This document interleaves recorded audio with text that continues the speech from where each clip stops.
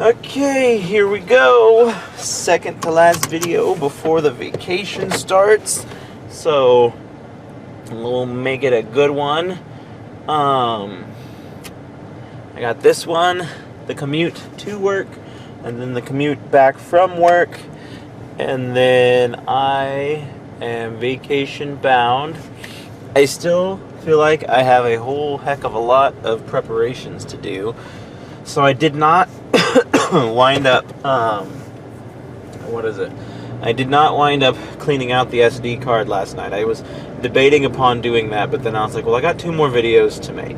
So what I'm probably going to do is I'm going to make this one, make the video of me going back, and then I will sit down in front of my computer and port all the files that aren't already on my hard drive, and then I'm going to have to do a very strict and hard delete, and just delete anything that I can live without losing.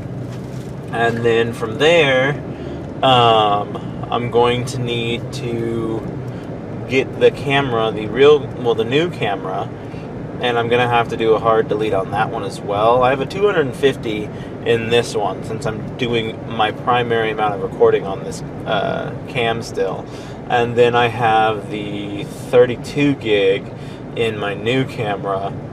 And for the vacation, I intend to swap them. Like, I'll still probably bring the camcorder with me. One thing that I need to get used to with the new camera versus this camera is the zoom feature. So, unless I am mistaken, there is not a zoom feature on the new camera. And I don't know if maybe it's like lens specific and certain lenses zoom more than others, because that's what I've noticed is the lens itself does zoom, but I don't know. So this whole like fancy camera thing is new to me. I'm still learning that, and I don't necessarily have very many people to talk to about it. I have like one buddy who is into photography, and he could probably help me out, but he's not as available to talk to as he once was. And so, but one of these days I'll pin him against the wall and be like, hey, answer my questions now, son. And so we'll see what happens there. But I'm excited to get to use it, because I feel like right now that I've bought this new camera and have hardly even touched the thing. And so I think for sure it'll be good to have the opportunity to actually break it out and to use it. I need to remember to bring multiple chargers, because I don't have the ways to easily charge the batteries on that thing. I also really need to test the footage that I've made with it, because I don't know how good its mic is. I assume it's a pretty decent mic. It came with a mic, and like generally speaking, any mic's going to be better than the mic that came with your camera. But I say that, but I'm using the mic that came with this camera. These last couple videos have all been on this mic, because I don't feel like changing the battery of the wireless mics, and because the wireless mics are still in my glove box, and I keep forgetting that they're there, and which means I forget to change their batteries, and it's a whole thing. But at any rate, I feel like this camera's got a decent enough microphone on it. I'm sure the newer and improved camera also has a decent enough microphone on it, but I'm not so guilty about it that I did feel bad about using this mic that came with it. And that's kind of why I bought the creator pack. I bought this creator pack with this camera because of all the cool doodads that came with it, and it'd be kind of silly if I didn't use all the doodads that came with it. There's a small little baby tripod that came with it, and that so far has been like the king of features for my new camera, and I can really get up close and in depth with some of these recordings thanks to that tripod. It's just, I don't know, it's smaller and it gives me a lot more angles than this one does, and so it's been, like I said, that piece alone has been worth the money spent, but I'm hoping the microphone does a good job. I really want to start digging into the footage off of that camera whenever I whenever I start to take all this stuff off of the respective SD cards. And the reason being is because I'm afraid that, like, even if the camera is filming better footage, like, if I'm filtering it all through the same editing software, will it make a difference? Like, I don't know. I'm feeling like the raw footage will still make a difference. I feel like that's the obvious answer. But there's the other idea of the fact that I'm, like, now going to be filming videos with 2 different cameras. And so I don't know if I should probably apply, like, a filter so that it's less obvious that I'm filming with 2 different cameras. I've been using Pinnacle Video software since I was a sophomore in high school, and I like the service. The biggest thing that I like about it is that it's not a monthly payment. Like, I know, was it Adobe Photoshop or whatever people use to, like, the popular Adobe program for video editing is a monthly subscription, and I really hate that. I hate that everything in the world is just like, pay a monthly fee to use this service instead of pay a one-time fee to use this service. And it's all about money. People are wanting to make more money, so they're charging us more money. I'm really strongly against Microsoft Word being a monthly based subscription, because it's like being able to write on your computers feels like something that should come with the computer. And so the fact that now I have to pay a monthly subscription for it is a little bit bonkers. And, like, I guess, is Notepad still a thing? Because I guess I could just use Notepad if I needed to write on my computer and not have a monthly subscription. But I don't know. It's a frustrating world we live in where everything is subscription based, and they're like, pay X amount of dollars a month to be able to do this. And I always joke, but, like, if I ever get a deal with, like, a company, like, if I get a deal as an author with a company, I'll make them pay my monthly Microsoft Word subscription, because that's just silly to me. It's to be like, oh, you gotta pay to be able to write stuff. And, like, I look at Brandon Sanderson a lot. I look at a lot of his work and look up to him kind of as a person. And he does a lot of things, like, for the industry. And so I think if I ever got on his level, I would probably develop my own, like, writing software and give it away for free. Like, there's no reason why people should have to pay for these things. And it's just, like, I feel like that's a big deal with, like, being an individual who has wealth and power in this society, and, like, what you choose to do with your wealth and power. And, like, it doesn't make sense to sacrifice your wealth. That's silly. Like, you worked hard to be that comfortable in life. Don't give it up. But to the same end, don't not do anything with it either. And don't make, like, your entire life's goals just to make yourself richer, because eventually you reach a point where there's, like, the future generations past you aren't even going to have to worry about anything. So, and I get that's part of the goal too, is, like, you don't want your kids or your kids' kids to have to ever fret about money, which is nice. But, like, after your kids' generation, after your grandkids, you're so far out there that it's kind of difficult to be like, oh yeah, this generation, this is the generation, and they don't necessarily care so much about you, and you're not as much involved in their life. And so it's like, how far out do you want this to go? And it might sound selfish, and it might be selfish because I've yet to have a child, but I'm just like, I want my immediate family's lives to be set, and then what they do with my wealth past that point is entirely on them, because I'll be dead in a grave at that point, and I don't really care. And so, but I do care that I can get the most out of my life and out of my youth, and try my darndest to do something good with what I've got. And so, yeah, it's just a very interesting web that we weave. And I was going with, like, wealth and, like, what you do with your wealth. I saw a story about Brad Paisley and his wife, and they apparently opened up a free grocery store Now, I'm sure there's like some caveat to it, like you have to be like some level of low income to be able to shop at their free grocery store.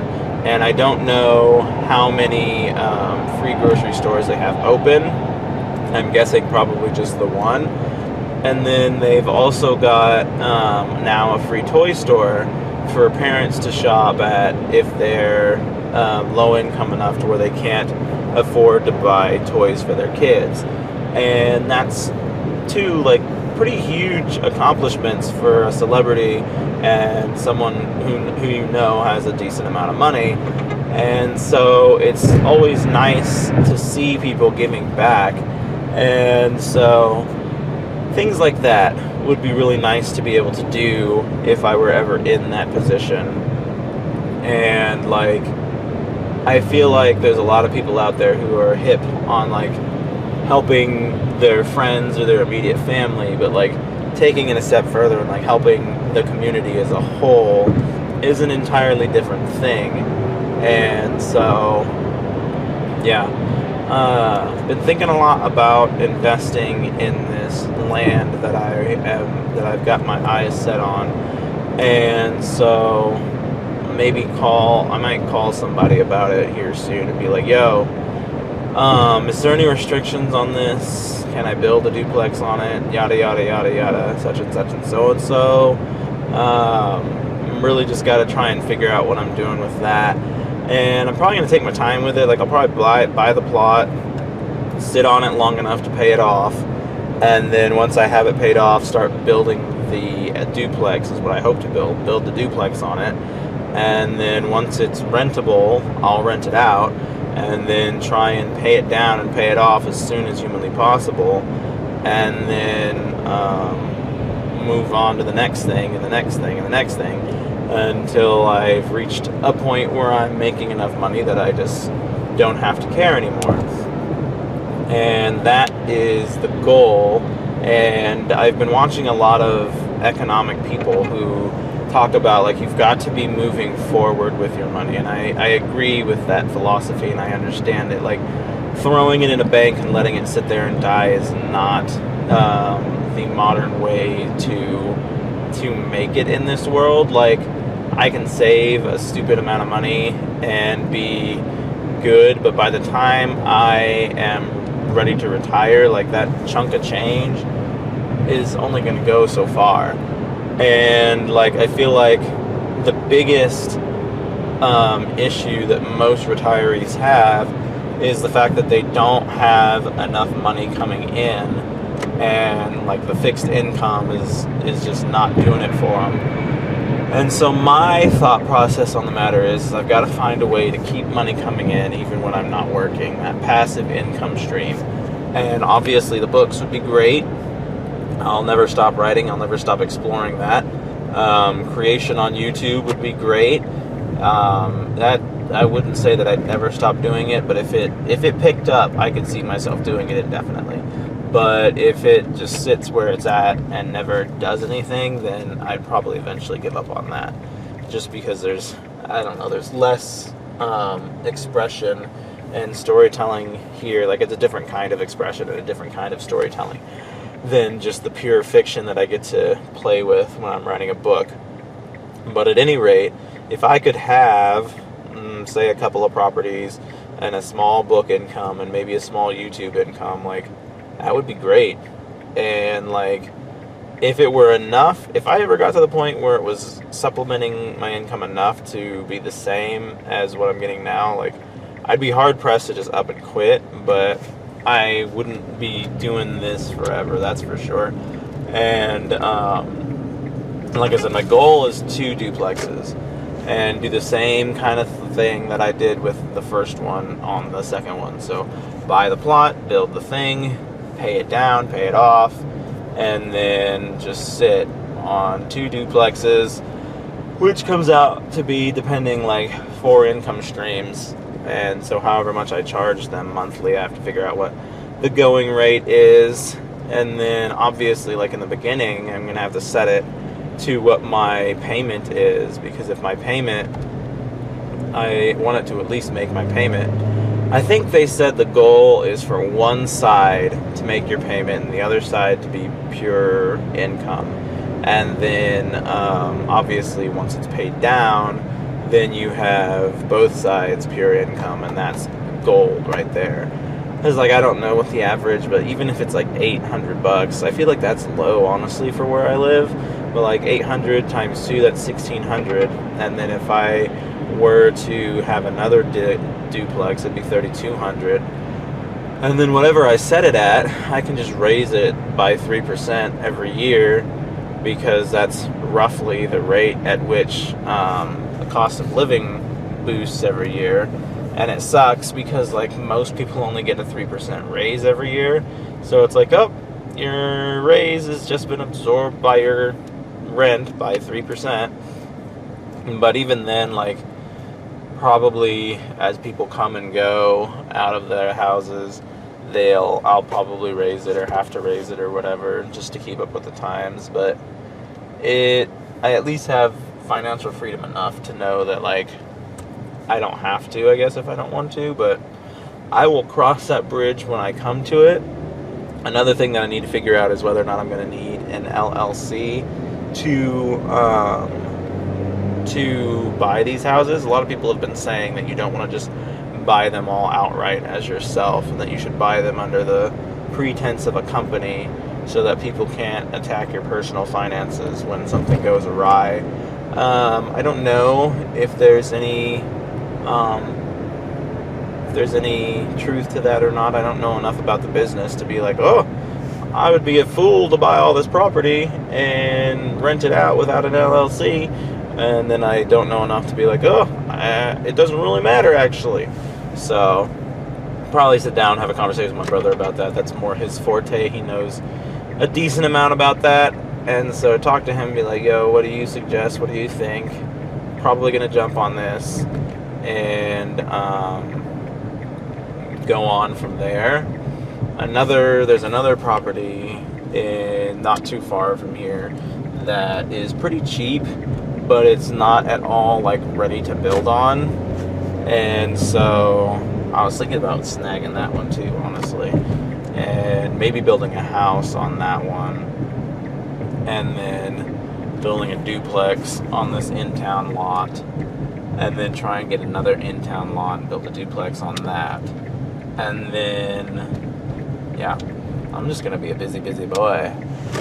And so, yeah, maybe some exciting stuff coming.